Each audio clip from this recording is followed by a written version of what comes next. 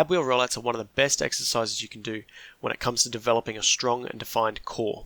However, there's a lot of fine details that can either make or break this exercise. So we're going to break it down, show you the things to do and things not to do, as well as give you some ways to make this accessible for everybody.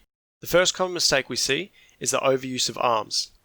As you can see here, the hips are staying relatively straight and the arms are doing all the movement. This completely changes the exercise as it's not allowing your abs to extend or contract. Similarly, you can also have too much hip movement.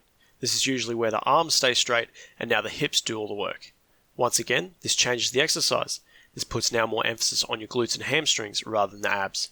As you can see in this one, we're now getting even hip and arm movement, which is much better. But you can see there's an arch in the back. That sagging of the back is due to an underutilization of the abdominals, which means you're not going to get any improvement in the abs while doing this way. You're also putting yourself at a high risk of hurting your lower back. So before you start your ab wheel rollout, when you're in this tabletop position, you want to try and tuck your tailbone up underneath you. This can be done by squeezing your glutes and tucking your hips under.